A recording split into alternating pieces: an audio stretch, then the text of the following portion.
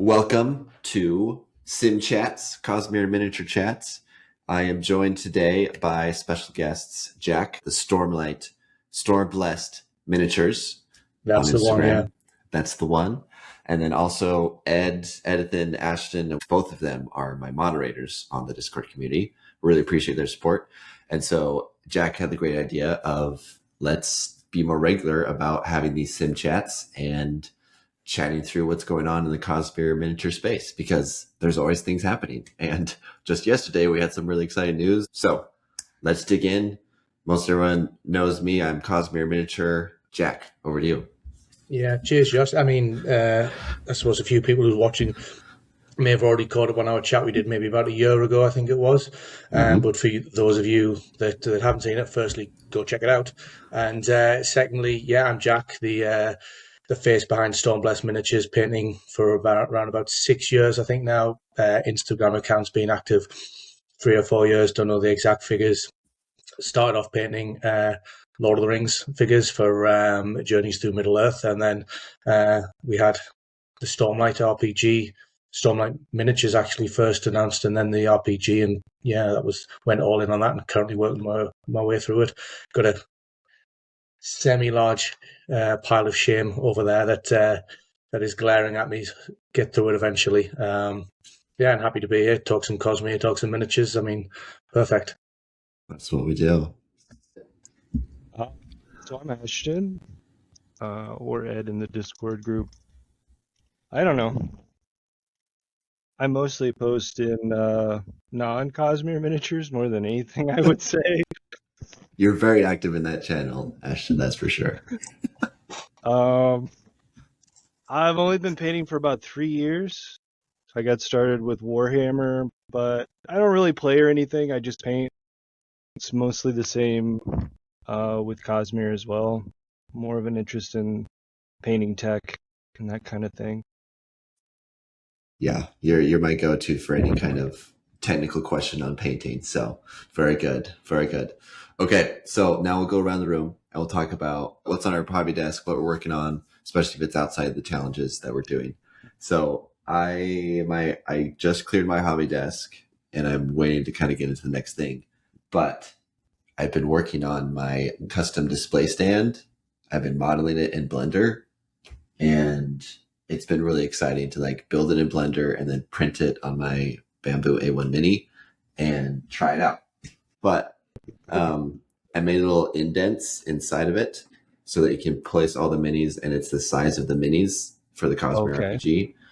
I'm hoping to pursue that more and maybe start a little Etsy shop and sell one or two to whoever wants one. Fair enough. Got to start somewhere. Got to start. So that's what I'm working on. It's been a ton of fun. And it's totally different than painting. It's like designing and building things, 3D modeling. So that's what's on my desk, and I'm kind of excited about it. How are you finding that modeling process then, Josh? Oh, man, it's rough. I did an animation class when I was in high school, and I used Blender back then to do like a fun little animation thing. But this is totally different of like designing to be printed out in the physical world. Maybe I needed to use a different tool because Blender is really complicated. There's so much stuff going on there, but it's the one I knew. So I started into it, and I'm learning a lot, and it's kind of frustrating most of the time, but also really exciting to print it out and see something I designed in the real world. How about you, Jack? What's on your painting desk? At the moment, I've just got my little lift miniature that we've started, laid down some kind of color on the base there, and I know I put in the chat the other day on the with Windle's face. He seemed to have had a crater in his face. Now I'm not sure if that was caused in the casting process, or this has been painted and stripped, because I wasn't happy with how it went when I started it way back when. And I wouldn't have thought the stripping process would have damaged it to that extent, but yeah, when I started painting it, Windle aspect of it the other day, and he had a big hole in his crevice in his face, a big crater. So that's been plugged now with some green stuff, and so I'm going to go back over and see what I can make of it. Hopefully the eyes could be, and then we'll see how it turns out when I painted it. So, yeah, see what happens. Other than that, there's nothing else on my desk at the moment. I'm prepping for a Cosmere RPG session. Oh yes. At the start of next month. How far are you in that? We are not very far. We've had a few difficulties aligning calendars with the party. So we did first steps, and then I wrote like a prelude or an interim module to bridge first steps and then the start of the Stonewalkers campaign a little bit better. Like there's a character introduced at the start of Stonewalkers that I wanted to give a little bit more of a backstory to and a bit more time for the players to get used to that character. Because it implies they've been journeying together for a little while at the start of the campaign. So I wanted to put a bit of a story in for that. So we've finished that a few weeks ago. So the start of next month is the next session, which will be the first like chapter 1 of Stonewalkers put together. Big 3D building blocks that I've made out of foam. Build some 3D battle maps. So probably make some more of those. And then I think I've got a few other adversaries that need painting up for the session, a few bandits and whatnot. So yeah, that should keep me more than busy. Sure. That's good. How about you, Ashton? Well, I'm sad to say I haven't got started on the challenge yet. Still pondering some things. I've never really used green stuff before. I'm gonna give it a go, but it's it's like the airbrush. It's intimidating until you do it a lot. Yeah. I haven't used it for any like significant modeling. Obviously, Windle that I mentioned a few minutes ago, and then the Bright Lady Ralanat from the RPG. That's pretty much my first kind of stab at it. It wasn't too bad. If you do go for it, I would say make sure you any green stuff, just do it in stages. When I tried it in the past, it was more just like a big blob and trying to mold that in, and it didn't really work. Sure. More of just add a bit more once you're happy with it, and just like layer it on rather than and keep your tools and fingers wet as well.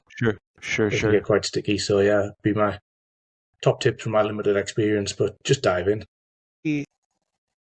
I might be scorning the wet palette. I might not be a wet palette guy anymore. Oh, pray tell. What's going on, Ed? What's going on there? I can't remember her name, but she's on the YouTubes, and she was talking about. So I have the speed paint palette from Army Painter, so it's got I don't know, 30 little divots or so on it, right? Yeah. And so what I'm doing is each little divot is my shade, my mid-tone, and my highlight. Yeah. And it's for every color that I'm going to use. So everything's already laid out. I know exactly what order it's going in. I was running into a lot with the wet palette with just everything drying so fast because you're making really thin puddles sometimes for highlights and stuff. Yeah. And so I've been giving this a go on some random 25 millimeter stuff that I had laying around, like Vash in the non-Cosmere miniature channel that I was doing yesterday, and I'm loving it. I'm still using the sponge on top to keep my stuff kind of loosey-goosey when I'm not using it, so it's kind of like a reverse wet palette in a way. Oh, so you have the divot thing, the divot palette you put in your paints, and then you have the sponge on top when you're not using it. Yep. Ew. Interesting. Mm-hmm. Which brand of wet palette were you using before? I have one from everyone, but I've been mostly using. There's that really cool thing you probably seen on Instagram. It's like a caddy, and it's got the wet palette underneath. Yeah. It's got paintbrush holders and some 2 buckets for water and stuff in it. I've been using the wet palette from the bottom of that on because I switched desks and I don't really have that much room. Mm-hmm. But yeah, that's the one I've been using. Yeah. When I first started, I was using the Army Painter one. You'll have probably seen it online, and I had similar problems that things were drying up, and I switched, or I got it as a gift actually, to the Redgrass Games XL. Okay. I don't know if you can, so that keeps things pretty that's moist, to good. be honest. So if you were wanting to give it a go, I would another go at Ashton. I would recommend the Redgrass. Yeah. Yeah, pretty impressed. It's the membrane is reusable as well, so No you can just kidding. wash all the paint off, and you get like a Reuse good it. 5 or 6 uses out of it maybe before you have to bin it off and get a fresh one. So yeah, I'm really impressed with it. I've had a hard time with my web palette. I probably not using it properly, but because I challenged myself to do that speed paint, all the Cosmere RPG set. Yeah. Yep. And it was actually refreshing not having to worry about a wet palette. I was just like, just put it on the dry palette and go. Yeah. But I did see that you can get like the pop sockets where you can put the paint in it and then you pop it out when it's dry and it just goes out. So I think I want to get one of those because I really liked. Cool. I learned a lot about speed paints and I thought it was really fun. So yeah, I'm using speed paints for the RPG minis. Just because we've got that many that I need to get done for the games. There will be some I go back and redo later, perhaps to more of like using the acrylics, the traditional standard method. Sure. Yeah, I mean, looking at all of the ones I did, I'm just like, I know I could do better, but I'm really glad they're all painted. I'm just because they look on the shelf, I'm like, hey, they're all painted, and I'm like, I feel good. But when I look at them closely, I'm like, man, I really could do a lot more with this with some acrylics. So we'll see. I may come back to them. That's the beauty of having your printer in the STLs, though, isn't it? Yes. For those RPG ones, you can go back as many times as you want. Yeah, that's very true. All right. So let's chat about the challenges. It's been really fun to see some of the engagement grow over the past couple months. And this past month was Finish Him. Did either of you know that quote before I? Oh yeah, 100%. Yeah. Okay, you knew what it was. Like it like kept coming to my head. I'm like, what the heck is that from? And I was like, oh, it's Mortal Kombat. I've never played that before. But the theme for May was Finish Him in all caps, and it was just like get something done that's been bugging you on your, as you said, Jack, your pile of shame that's in progress. Just get it done. So let's take a look through these. If you want to talk about what you did for that challenge and how you liked it. So this was mine. This was the Lopen, as you can see. Everyone posted the pictures in the Discord. He'd sat on my shelf in a state of disrepair, shall we say, for a little while. I started painting all of Bridge 4. There we are, that's it. So I'd done all the wood panelling floor together. So that's Lopen, Rock, Heft, and Relane. They all had like matching bases. And then slowly but surely worked my way through each of them. But he'd sat there for a while and kind of was staring at me, whilst I then went on to do all of the RPG miniatures. And I was getting judged, and I didn't like it. So I was like, right, this is it. This is the moment. Kind of. Josh has inspired me. I'm going to get him done. So yeah, it wasn't that bad really. Once I got him done, as far as the miniatures went, he's the casting wasn't as hit and miss as some of the other ones have been, so it didn't pose too many problems with that. Apart from the sandals were a bit difficult. I think they're supposed to be sandals. I just went for boots instead because couldn't differentiate between what was sandal and what was kind of skin. It just kind of 100%. It was just like a lump. So the Lopen may or may not have toes. The shoes might be feet. I don't know, but I don't think anyone's looking at them that closely. But yeah, I was pretty pleased with how it went overall.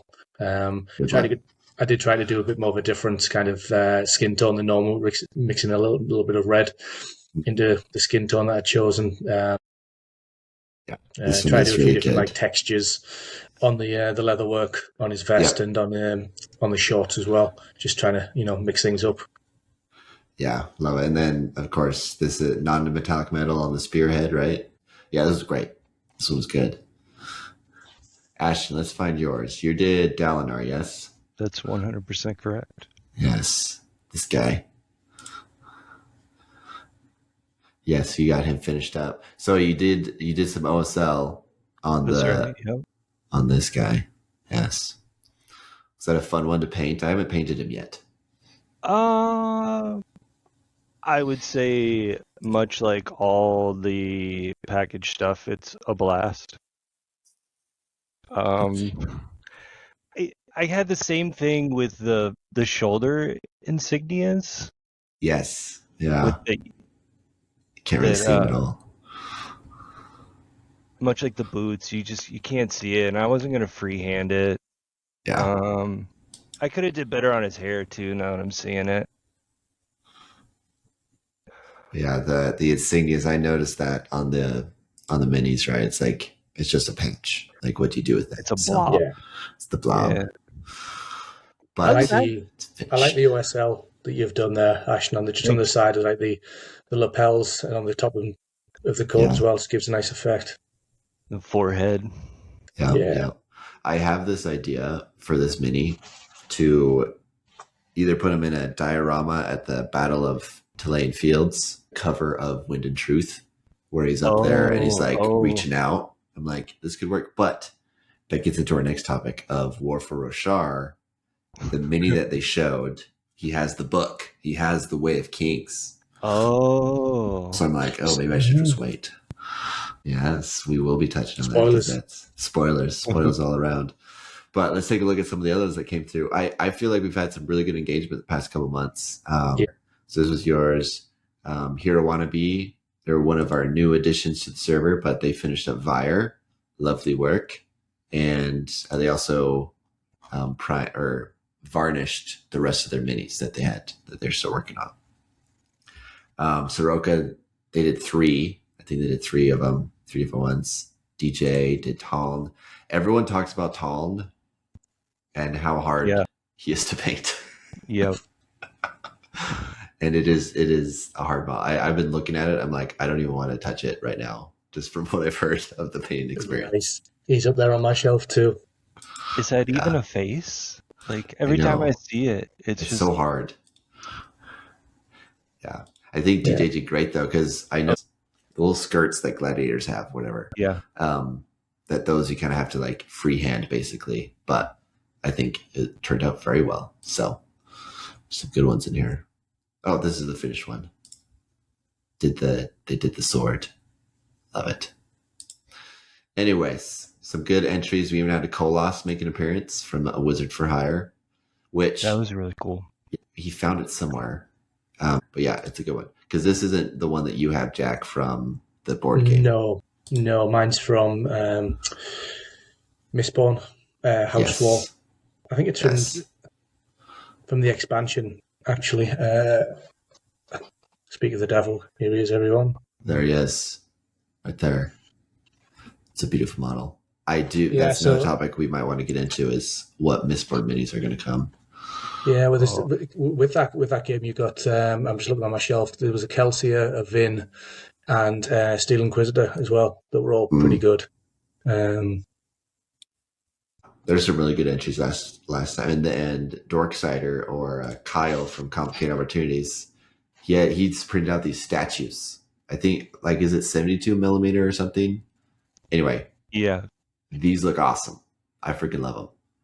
I feel like I want some of these. I need to print some of these out.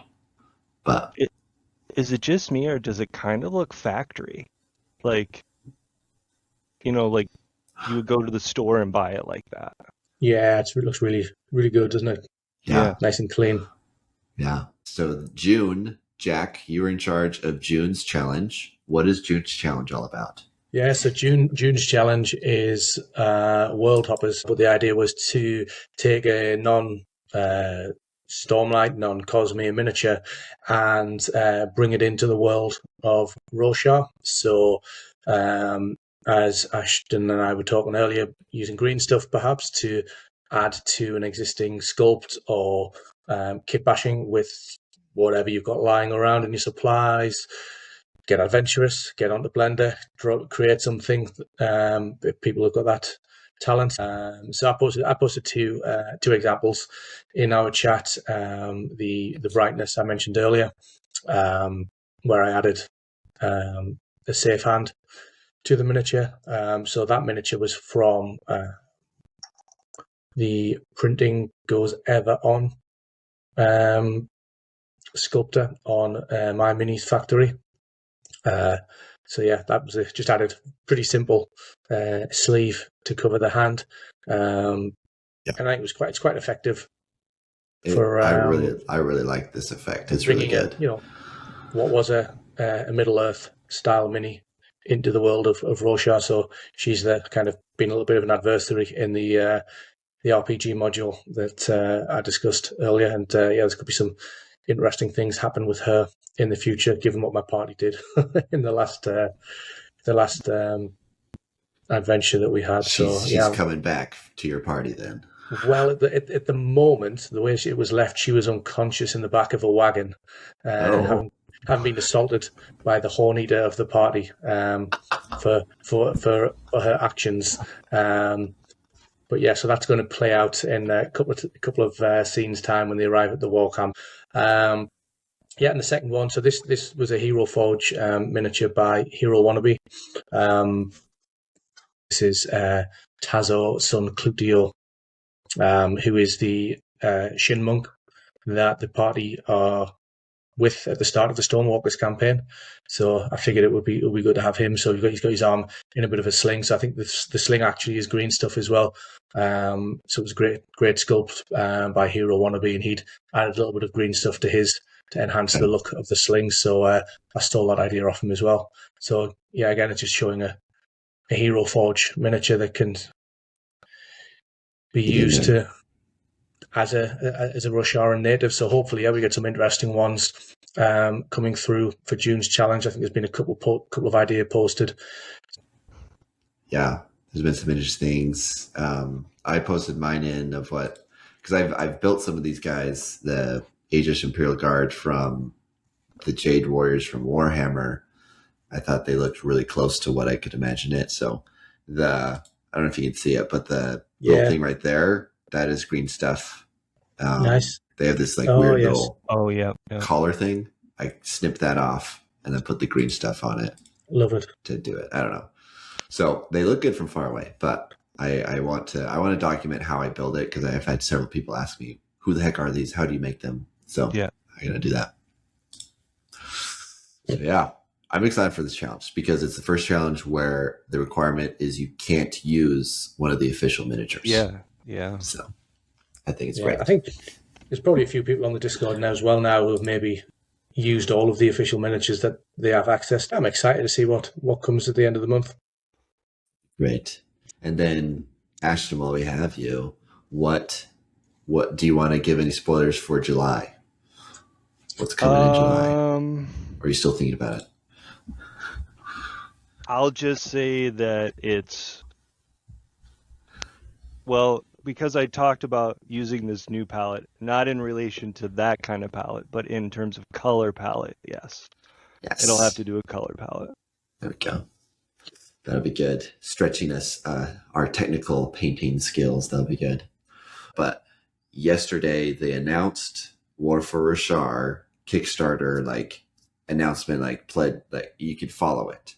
Yeah, It was up for an hour, maybe 2 hours, and now it's gone. Oh wow! Is it gone? They took it down. I've been following it, and maybe I'll get a little spiel on it. So they took it down because they Brotherwise wants to not take the spotlight away from War of the Dragon. Which is another board game that's global domination, but for Wheel of Time. So, yeah, that's the reason they took it down. But they've deleted everything. All their social media posts are gone. All the Discord posts are gone. I played tested the game, and we were having conversations about it. They deleted all those. Oh wow! And I was like, "What the heck?" But they say they don't want to take away from War for the Dragon. So, what they're still going ahead with it, or is it just? from what I understand, they're still going with it. They're still going to do it. It's a war game, board game thing, global domination, kind of like they say it's like Ring of Power. Right. I am definitely going to back this. This is a really fun thing. It was a fun game, and they showed some minis that they're going to be releasing potentially, at least some prototypes. They linked to the Kickstarter page, and the Kickstarter page had like 2 minis. They showed Dalinar and they showed Raboniel, new minis for them. But with that in mind, I mean, it's still coming. For the conversations I've seen, they're still going to be using it and releasing it. But the question is, are you going to back it? From what you understand, are you going to back that Kickstarter? Yeah, I mean, why not? I back everything. But, it's an auto-include at this point. If it gets me some more minis to sit on my shelf and look at me for the next 5 years, then yeah, why not? Yeah, it could be fun. What about you, Ashton?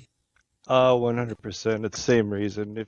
That's the whole reason I got in on the like highest tier of the RPG was just to get miniatures. That's it. Yeah. The minis are life. They're good.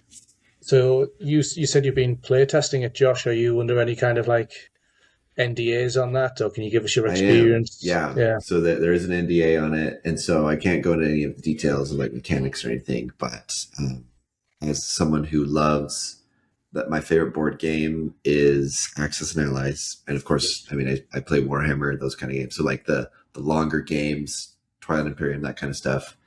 It's my jam, and this game is like right up that alley, and it's Stormlight related, Cosmere related, and so yeah, I really like the gameplay. I actually printed out, like in the playtesting, we were able to print out a map, and I printed it out and I glued it on some cardboard, and so it's like under my desk over there. Anyway, It's all black and white and stuff, but yeah, it's a really good game. So when they release it and make it more publicly available to support it, I'm definitely going to be tooting my horn and saying it's a great game. Go do it. As someone who's not, so you said that it's if you like Axis and Allies and such, it's in that same echelon. As someone who's not used to either of those games, how many miniatures are we looking at that would be released? Maybe a dozen or so. It'd be a good amount to add to our collections. Some of them might just be different poses of what we got in the original.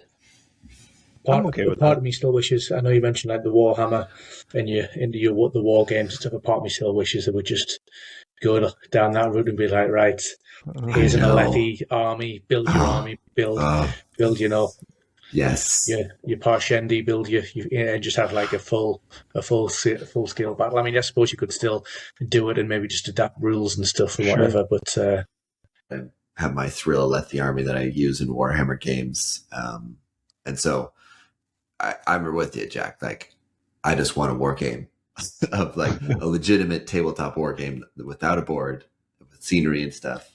So I mean, they're making the right steps towards it. So you're the play tester, Josh. You're halfway there. You're in the ear of Otherwise. Yes, I am in their ear, and yeah, I've had some chats with them and stuff. So they know I'm here, and I'm going to be tooting that horn about let's get some war games. Let's get some real war games out here. So we talked about kind of what's coming next month. I guess in the month of June, Jack's leading out on the Cosmere non-Cosmere mini, bringing in the Cosmere World Challenge, and then in July, Ashton, you'll be taking us down some painting technique advancement challenges, which would be good. Right. But I think Jack and Ashton, you both had an idea of maybe bringing in some community members for these chats. Do you want to kind of talk about that idea? Yeah. Perhaps just a bit similar to what we did originally, Josh. When we just got together, we had a bit of a chat, painting history. What kind of games are you into? What have you been painting? Just I think it would be good to get some engagement with the wider server. I don't know what you were thinking, Ashton.